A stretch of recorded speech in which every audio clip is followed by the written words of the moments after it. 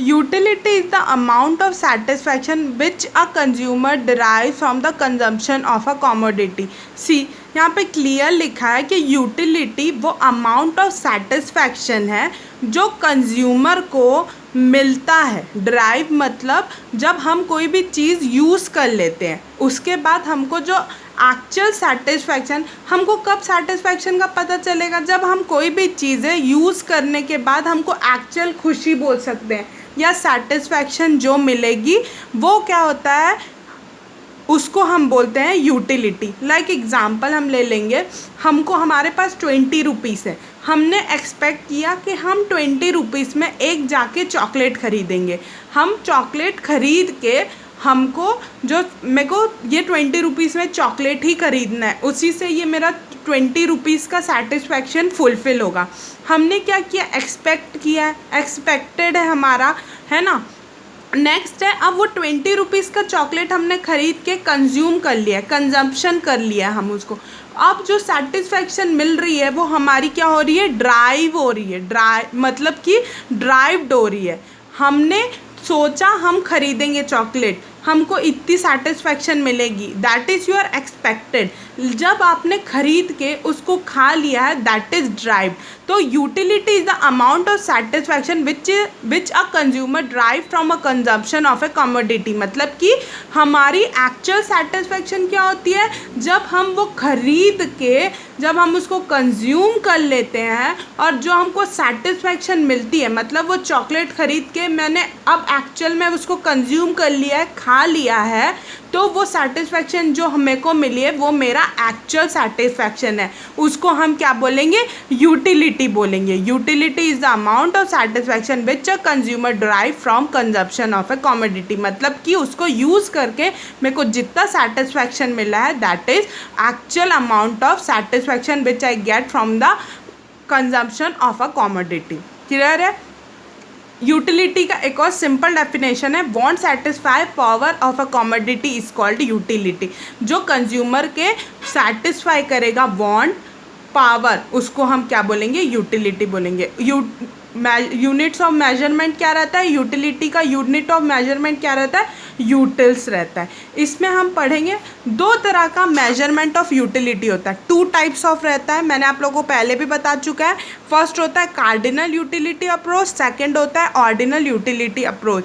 Cardinal utility approach क्या होता है, measurement in terms of number, मतलब जो काउंटेबल रहता है। लाइक हम जिसको हम काउंट करके हमको जो सेटिस्फैक्शन मिल सकता है उसको हम क्या बोलेंगे, कार्डिनल बोलेंगे।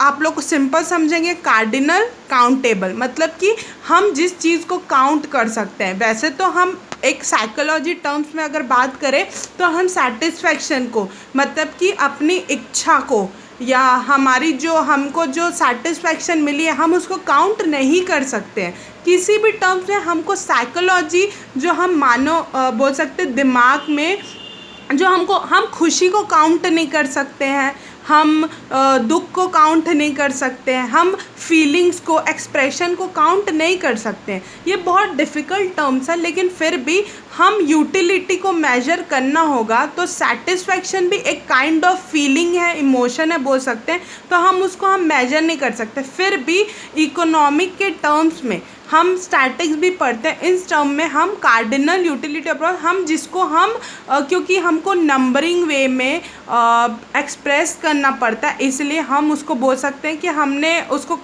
मेजर करें। ठीक है। तो कार्डिनल यूटिलिटी अप्रोच में क्या होता है, measurement in terms of number, मतलब कि हम नंबर्स में जिसको मेजर कर सकते हैं, दैट इज़ कार्डिनल। ऑर्डिनल होता है, इसको अल्फ्रेड मार्शल ने बनाया है। ठीक है।